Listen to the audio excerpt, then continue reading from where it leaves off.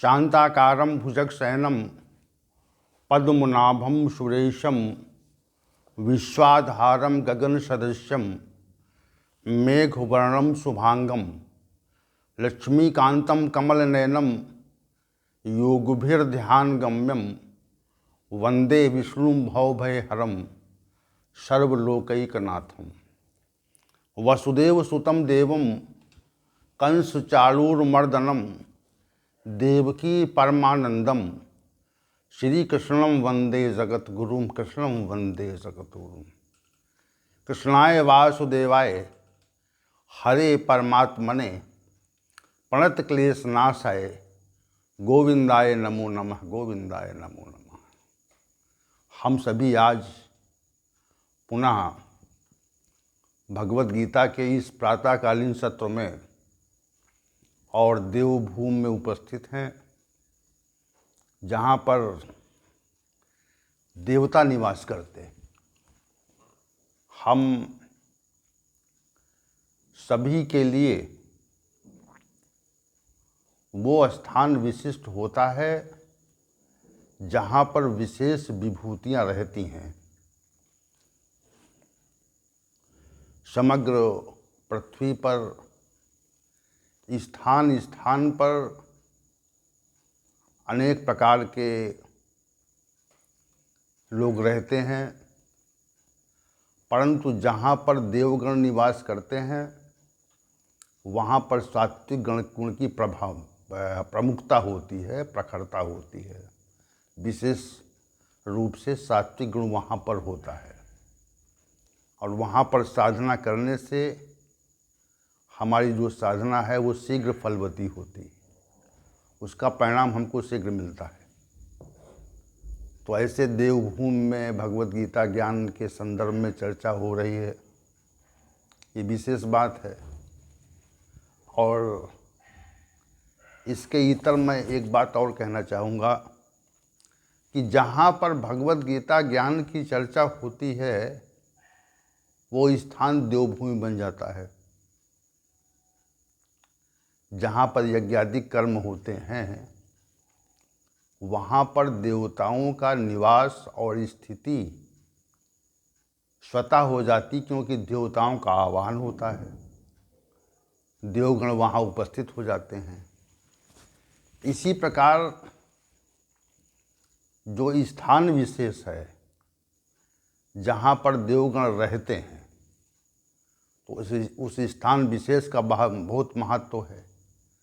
और दूसरी बात इस बात का है कि जहाँ पर शुभ कर्म हो, जहाँ पर यज्ञादिक कर्म हो, तो वहाँ पर देवता स्वयं उपस्थित हो जाते हैं। और जहाँ पर भगवद गीता ज्ञान की चर्चा होती है वहाँ इसके श्रवण के लिए देवगण आते हैं। तो हम सभी भगवद गीता ज्ञान के पर चर्चा के निमित्त यहाँ उपस्थित हुए हैं और हमारी उपस्थिति भगवान श्री गोविंद की सानिध्यता में है, ये विशेष बात है। भगवान श्री गोविंद बिना आवाहन के ही इस गीता ज्ञान यज्ञ में पधारते और पधार कर अपनी कृपा बरसाते हैं। हम सभी उनकी कृपा के आलोक में बैठ करके भगवद गीता ज्ञान का श्रवण करते हैं। आइए चलते हैं आज के विषय की ओर। हम सभी ने कल तक अध्याय संख्या 18 के श्लोक संख्या 19 पर चर्चा का समापन किया था। इस श्लोक में श्री भगवान ने कहा था कि ज्ञान ज्ञेय और परिज्ञाता, इस प्रकार कर्म प्रेरणा होती है। कर्म की जो प्रेरणा होती है, कर्म करने की इच्छा जो जागृत होती है, उसको सहज भाव दे रहे हैं हम। कर्म प्रेरणा क्या है?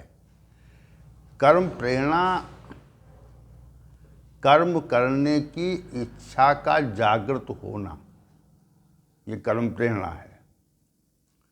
तो मनुष्य के अंदर जो कर्म प्रेरणा होती है उसमें ज्ञाता, ज्ञान और ज्ञेय, तीन तथ्य प्रमुख और मौलिक रूप से हैं। ज्ञाता का अभिप्राय है जिसके द्वारा कर्म का संपादन हो, उसको ज्ञाता कहते हैं।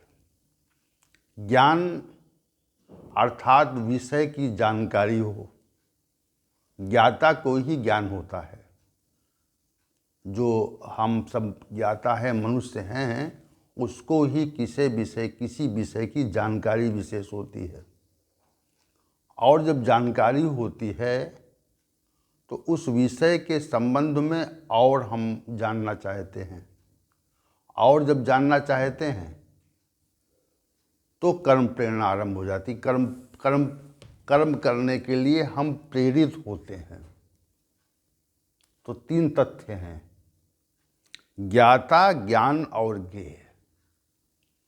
ये श्लोक संख्या 19 का जो विषय है, क्योंकि श्लोक संख्या 19 का विषय जो है वो श्लोक संख्या 20 से संबंध रखता है, इसलिए हम यहाँ पर श्लोक संख्या 18 का जो विषय है वो श्लोक संख्या 19 से संबंध रखता है, क्योंकि आज की जो चर्चा है वो श्लोक संख्या 19 पे है।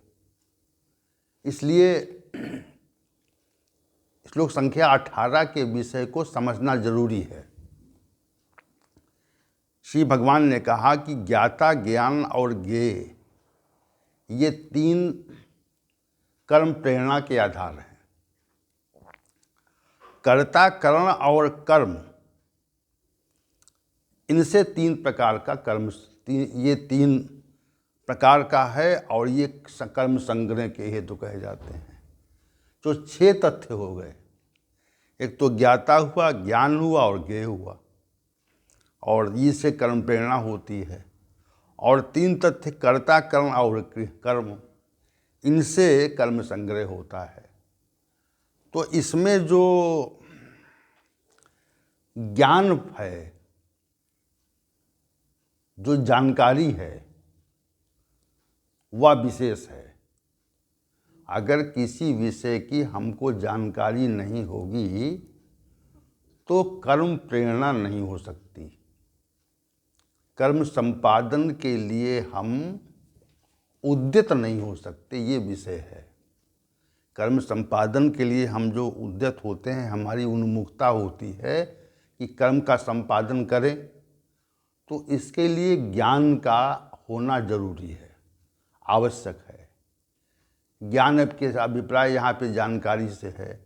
ज्ञान का अर्थ है कि हमें जानकारी होनी चाहिए उस विषय की, तभी हम कर्म के ओर उन्मुख होते हैं, उससे कर्म प्रेरणा होती है। तो ज्ञान यहाँ पे मौलिक चीज़ हुई। दूसरी जो मौलिक चीज़ है वह कर्ता है,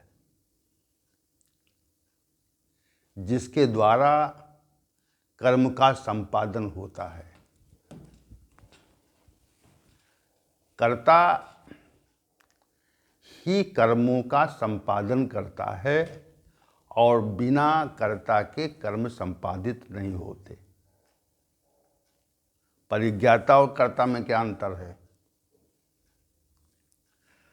परिज्ञाता मनुष्य है और उसमें जब कर्तृत्व भाव आ जाता है कि मेरे द्वारा ये कर्म किया गया है, तो वही परिज्ञाता कर्ता बन जाता है। तो परिज्ञाता जो है वो कर्म प्रेरणा का आधार है और कर्ता जो है कर्म संग्रह का आधार है। ये विशेष बात इसमें श्लोक संख्या 18 में श्री भगवान ने कही। इसको समझना चाहिए, हमको समझना ये चाहिए कि जो परिज्ञाता है, जो मनुष्य है, जिसको अधिष्ठान से कहा गया था, तो परिज्ञाता जो है वह कर्म का आधार है।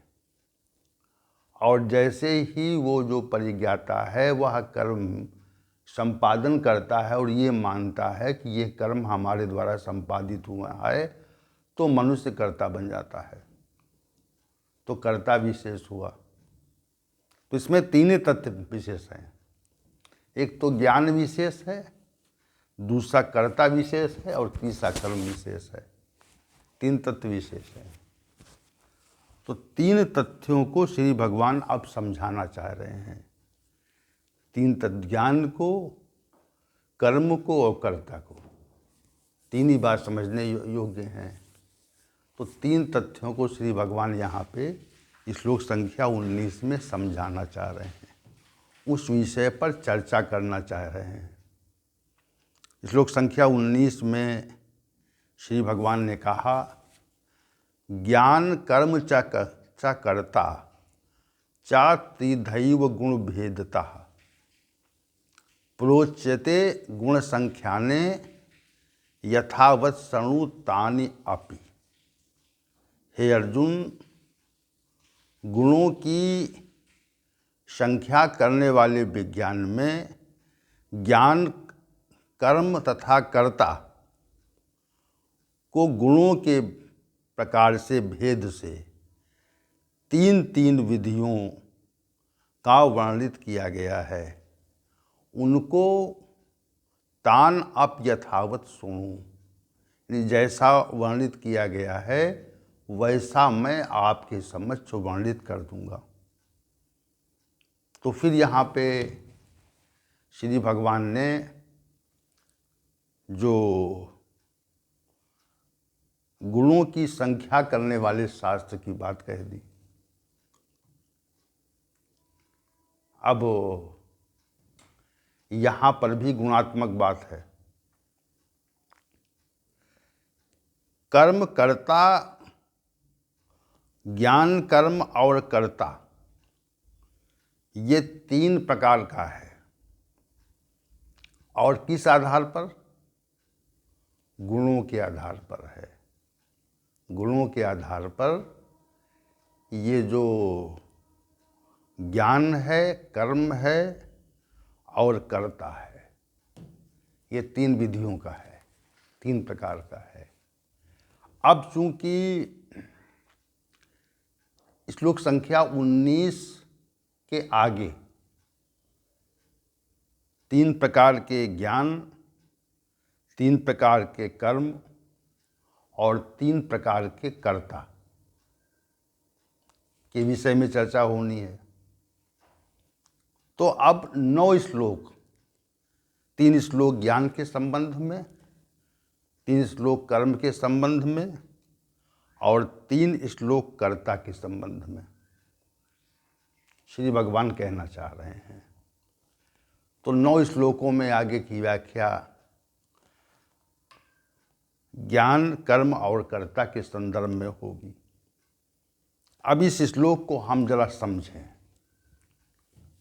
कि कैसे गुणों के भेद से गुण भेदता संपद क्या है, इसका क्या अभिप्राय है। ये जो समग्र विश्व है, ये समग्र विश्व त्रिगुणात्मक है। और इस पर जो चर्चा थी गुणों के संबंध में, वह गुणत्रय विभागयोग में विस्तार से हुई है। तो तीन विधियों का, तीन प्रकार का संसार हमको दिखता है। तीन ही प्रकार का संसार है और तीन प्रकार का संसार हमको स्पष्ट रूप से प्रतीत होता है। तो ज्ञान भी तीन प्रकार का है और कर्म भी तीन प्रकार के हैं और कर्ता भी तीन प्रकार के हैं। तो इस तीन तथ्यों को गुणों के आधार पर श्री भगवान वर्णित करना चाह रहे हैं। यानी सात्विक ज्ञान क्या है, राजस ज्ञान क्या है और तामस ज्ञान क्या है। वैसे सात्विक कर्म क्या है, राजस कर्म क्या है और तामस कर्म क्या है। और तीसरा सात्विक कर्ता किसे कहते हैं, राजसी कर्ता किसको कहते हैं और तामसी कर्ता किसको कहते हैं। इन तीन तथ्यों को श्री भगवान वर्णित करना चाहते हैं। तो इस संबंध में ज़रा हम संक्षेप से कुछ संकेत करते हैं। ज्ञान तो प्रत्येक मनुष्य को रहता है। जानकारी जो है, किसी विषय की या अनेक विषयों की जानकारी तो प्रत्येक मनुष्य को रहती है। जैसे ही वो बाल्यावस्था में आता है तो संसार के विषयों को जानना चाहता है। वो उसके अंदर एक जिज्ञासा होती है, तीव्र जिज्ञासा होती है। बालक को देखा होगा आपने कि वो अनेक प्रकार के प्रश्न करता है, ये क्या है, ये क्या है, ये क्या है। अनेक प्रकार के प्रश्न, एक बालक अनेक प्रकार के प्रश्न करता है। क्यों करता है? क्योंकि उसके अंदर जिज्ञासा है। संसार को जानने की जिज्ञासा एक बालक के अंदर रहती है और उसी जिज्ञासा को लेकर के वह अपने अभिभावकों से प्रश्न करता है, पिता माता से प्रश्न करता है, और जो परिवार के लोग होते हैं उनसे प्रश्न करता है, और जो उसके गुरु होते हैं, आचार्य होते हैं, सगे संबंधी होते हैं, संपर्कित लोग होते हैं, समाज में जिनसे संपर्क उसका रहता है, उनसे प्रश्न करता है। प्रश्न इसलिए करता है क्योंकि वो संसार को जानना चाहता है। संसार को जानने के, संसार के विषय को जानने के लिए प्रश्न करता है। एक बात तो जिज्ञासा वाली हो गई, और दूसरी बात यह है कि बालक को हम विद्यालय भेजते हैं पढ़ने के लिए, अध्ययन के लिए। तो एक प्रकार से हम चाहते हैं कि बालक पढ़े, अध्ययन करे। क्यों भेजते हैं? तो जब इस पे विचार करेंगे कि बालक को हम क्यों विद्यालय भेजते हैं, तो यह बात सामने आती है कि वो बालक संसार के विषयों को जान जाए, संसार में उसे एक आगे का जीवन कैसे जीना है, और यह संसार क्या है, ये जगत क्या है, इसमें कितना क्या ज्ञान है और कितने विषय हैं, इस संबंध में उसको जानकारी हो जाए। इसलिए उस बालक को हम विद्यालय भेजते हैं या गुरुकुल भेजते हैं, या जहाँ जैसी व्यवस्था होती है जिस क्षेत्र में, वहाँ वैसी व्यवस्था अभिभावक लोग करते हैं। ऐसा किसी देश में नहीं है कि कोई अभिभावक अपने बालक को विद्यालय न भेजना चाहे। कोई परिस्थिति विशेष हो, अलग बात है, पृथक बात है, लेकिन प्रत्येक अभिभावक ये चाहता है कि हमारा जो बालक है वह विद्यालय जाए। तो विद्यालय भेजने के पीछे, या उसको ले जाने के पीछे, या पहुंचाने के पीछे क्या उद्देश्य है? उद्देश्य ये है कि उसको ज्ञान प्राप्त हो, उसको संसार की जानकारी हो, और फिर धीरे धीरे कक्षा 1, 2 पृथक पृथक प्रकार के पाठ्यक्रम बनाए गए, और पृथक पृथक प्रकार के पाठ्यक्रम बना करके उसको कक्षा 1 से और आगे की जितनी कक्षाएं हैं उनमें प्रवेश करना पड़ता है उसको, और सालों साल अध्ययन करना पड़ता है। तो जो पहला ज्ञान वाली बात यहाँ पे कही, ज्ञानम, वो एक युवावस्था आने तक पढ़ता है। वो 22 वर्ष तक पढ़ता है, और वो उसका उद्देश्य क्या है? उसका उद्देश्य केवल ज्ञानार्जन है, ज्ञान का अर्जन है। संसार के ज्ञान को जानने के लिए ही बालक को या किशोरावस्था में व्यक्ति को विद्यालय भेजा जाता है। भेजने के पीछे कारण क्या है? भेजने के पीछे कारण इतना ही है कि वो संसार के विषयों को जाने, कि संसार में उसे आगे क्या करना है, संसार क्या है, इसमें कितने विषय हैं, क्या स्थिति है संसार की। क्योंकि वो जिज्ञासु है। वो जब विद्यालय नहीं जाता है तो अनेक प्रकार के प्रश्न करता है। तो उस जिज्ञासा के निवारण के लिए हम उसको विद्यालय भेजते, और विद्यालय भेजने के बाद में उसको अनेक विषयों की जानकारी करवाने का प्रयत्न करते हैं। यही बात तो है।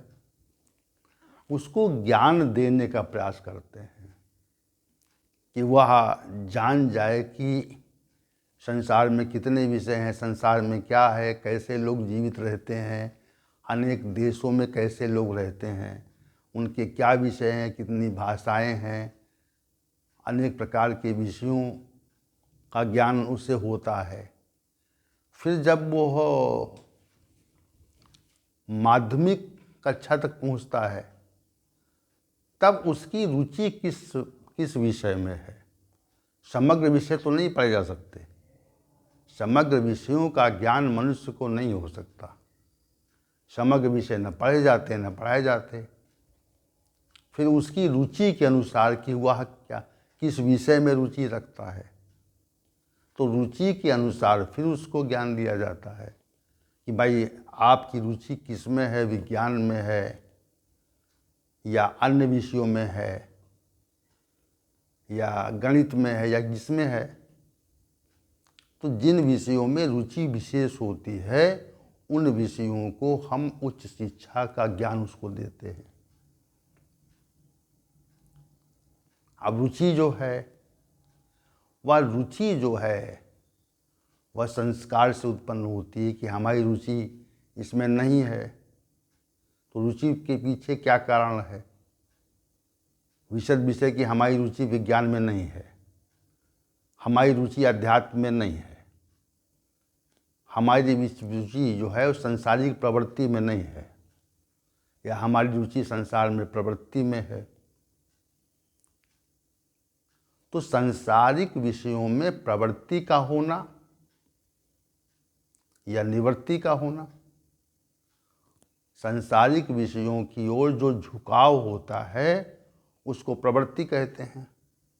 सांसारिक विषयों की ओर झुकाव नहीं होता, आध्यात्मिक विषयों की ओर झुकाव होता है, उसको निवृत्ति कह देते हैं। संसार से निवृत्त हो रहा है अब ये, इसका मन नहीं संसार में लगता है। तो ऐसे लोग कम होते हैं जो संसार से निवृत्त होना चाहते। अधिकांश लोग संसार में प्रवृत्त होना चाहते हैं, संसार से निवृत्त नहीं होना चाहते। युवावस्था में संसार से कौन निवृत्त होना चाहता है? संसार में प्रवृत्त होना चाहता है, क्योंकि उसको संसार में अनेक प्रकार के सुखों का आभास होता है, सुखाभास रहता है। तो फिर अब पृथक पृथक बात, दो प्रकार की बातें हो गई। संसार के विषयों में प्रवृत्ति और अध्यात्म के विषयों में प्रवृत्ति। तो संसार के विषयों में आपकी प्रवृत्ति होगी तो आध्यात्मिक विषयों से निवृत्ति हो जाएगी, और आध्यात्मिक विषयों में प्रवृत्ति होगी तो संसार के जो विषय हैं वो रुचिकर नहीं लगेंगे। पढ़ लेंगे, उसका अध्ययन कर लेंगे, जानकारी कर लेंगे क्या क्या विषय है, कैसे ये क्या इसका अर्थ है, वो पृथक बात है। लेकिन आध्यात्मिक विषयों में जब मनुष्य की प्रवृत्ति हो जाती, रुचि हो जाती है, तो उसको संसार के विषय अच्छे नहीं लगते, आध्यात्मिक विषय अच्छे लगते।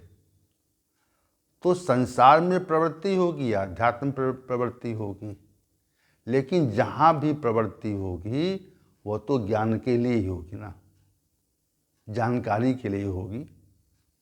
भाई सांसारिक विषयों में प्रवृत्ति तो संसार को हम जानना चाहते हैं, आध्यात्मिक विषयों में प्रवृत्ति होगी तो हम अध्यात्म को जानना चाहते हैं, धार्मिक विषयों को जानना चाहते हैं, शास्त्रों को जानना चाहते हैं, वेदाध्ययन करना चाहते हैं, दार्शनिक विषयों को जानना चाहते हैं, स्मृतियाँ पढ़ना चाहते हैं, इतिहास पौराणिक ग्रंथ पढ़ना चाहते हैं, तो ये आध्यात्मिक प्रवृत्ति है।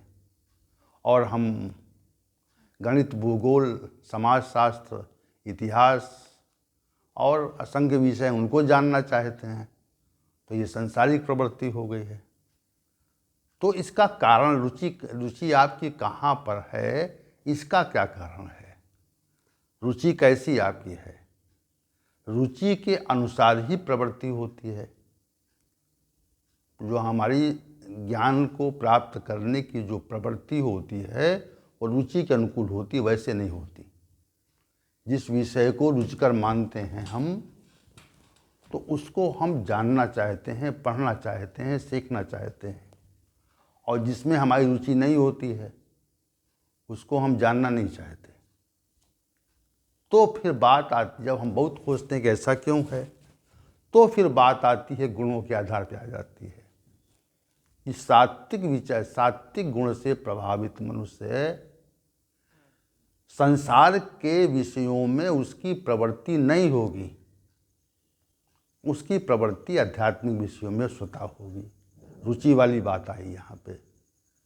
तो जो ज्ञानम पद यहाँ पर है, ज्ञान की व्याख्या कर रहे हैं, तो सात्विक विचारधारा को, सात्विक गुण से जो प्रभावित मनुष्य है, सात्विक गुण की जिसमें प्रखरता है, प्रबलता है, तो उसकी जो रुचि है, उसकी जो उन्मुखता है, वह आध्यात्मिक विषयों की स्वतः होगी। विशेष बात यह है। और जो रजोगुणी मनुष्य है, राजसी गुण से प्रभावित है, उसकी प्रवृत्ति आध्यात्मिक विषयों की ओर नहीं होगी।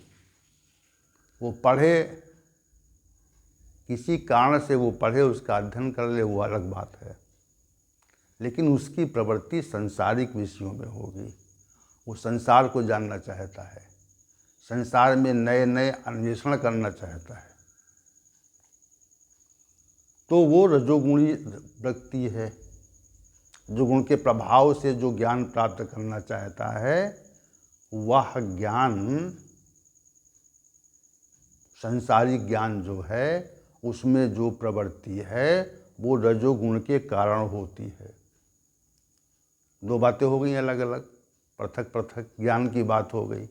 अब चूँकि यहाँ पर तो गुणों के भेद से है, गुण भेदता पद प्रयोग हुआ है, तो गुणों के भेद से ही अब तमोगुणी जो मनुष्य है, उसकी जो प्रवृत्ति है वह विकृत ज्ञान में होगी कि कैसे लोगों का विनाश किया जाए, कैसे लोगों की हत्या की जाए, कैसे लोगों से धन छीना जाए, इस विषय का ज्ञान प्राप्त करना चाहता है और करता है। उसकी प्रवृत्ति रहती है कैसे विकृत रूप से सुख भोग किया जाए, संसारिक विषय भोगों में कैसे प्रवृत्ति हो, कैसे दुष्कर्म किए जाएं, ये भी एक प्रकार का ज्ञान ही समझिए इसको आप।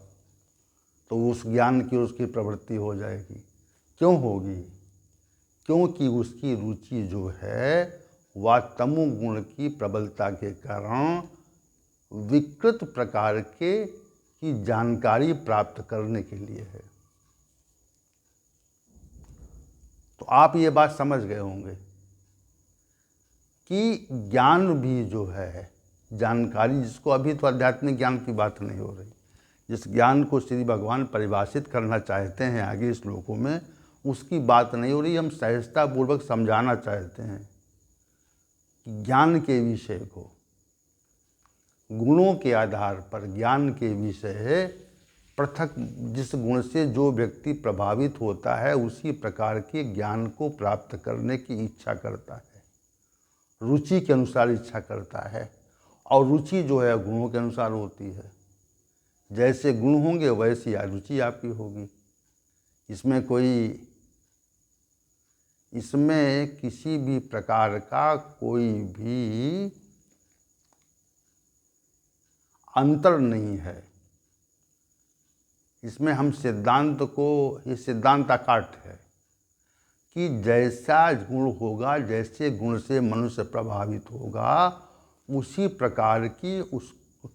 प्रकार की ज्ञान को प्राप्त करने की उसकी उन्मुखता या उधर उद्यत होगा, वो उधर ही जाएगा वो।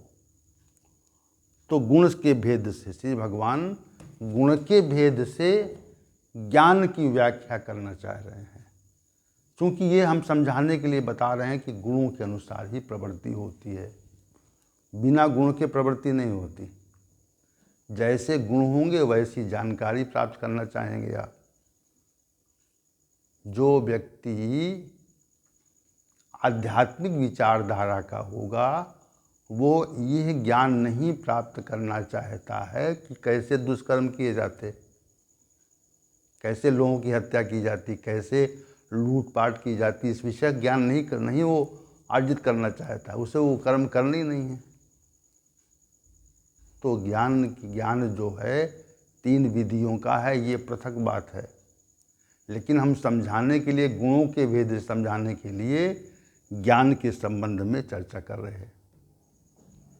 तो श्री भगवान ने 19वें श्लोक में ज्ञान, कर्म और कर्ता के विषय में 3 भेद के संबंध में बताया कि 3 प्रकार के होते हैं। उसकी चर्चा तो श्लोक संख्या 20 से आरंभ होगी। ज्ञान 3 प्रकार का है, कर्म 3 प्रकार